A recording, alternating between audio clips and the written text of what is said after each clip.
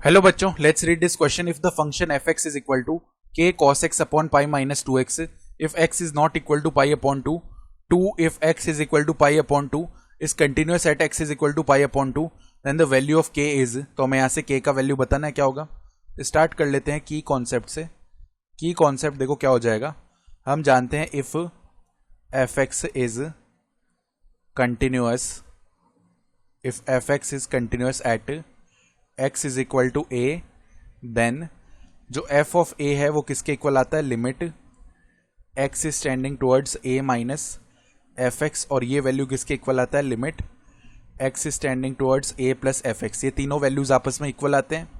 तो अगर ये x is equal to pi upon 2 पे कंटिन्यूस है तो हम बोल सकते हैं f ऑफ पाई अपॉन 2, इसका वैल्यू किसके इक्वल आ रहा होगा, limit x is tending towards pi upon 2 minus F x.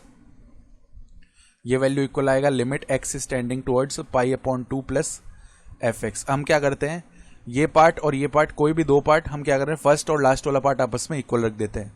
तो f of pi upon 2 should be equal to किसके आएगा, लिमिट.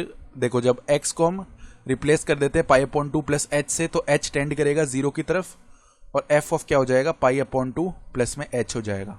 ठीक है. अब f ऑफ पाई अपॉन 2 यानी जब x पाई अपॉन 2 है तब एफ एक्स का वैल्यू 2 है, तो 2 should be equal to limit h is tending towards 0. और यहाँ पे देखो अब ऊपर वाले फंक्शन में रखेंगे पाई अपॉन 2 प्लस h, तो k cos pi upon 2 plus में h ये हो गया.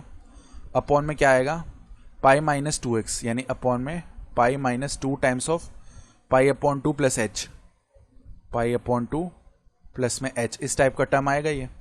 अब देखो cos pi upon 2 plus h यानी कि सेकेंड क्वाड्रेंट में हो जाएगा, और यहाँ पे कॉस क्या होता है, नेगेटिव होता है ना, और ये साइन में कन्वर्ट भी हो जाएगा. यानी हम बोल सकते हैं limit h is tending toward 0. देखो यहाँ पे क्या आएगा, माइनस का k बन जाएगा ना, क्योंकि यहाँ पे माइनस साइन h आ जाएगा, तो साइन h को ऐसे लिख लिया और माइनस को हम k के साथ लिख लिया. अपॉन में यहाँ पे देखो पाई माइनस पहले पाई बनेगा, डेट इज 0, और आगे देखो माइनस का 2h बन जाएगा, इस टाइप का टर्म बनेगा. ठीक है. And that is equal to कितना आ जाएगा, 2. अब हम जानते हैं limit theta tending toward 0 sine theta upon में थीटा, इसका वैल्यू क्या होता है, 1 होता है. तो इसी टाइप का टर्म बनाने की कोशिश करेंगे.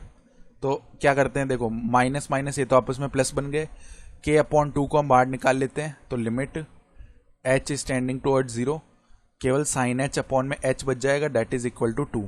तो अब ये तो स्टैंडर्ड लिमिट 1 हो जाएगा, यानी k अपॉन 2 मल्टीप्लाई में 1 डेट इज इक्वल टू 2.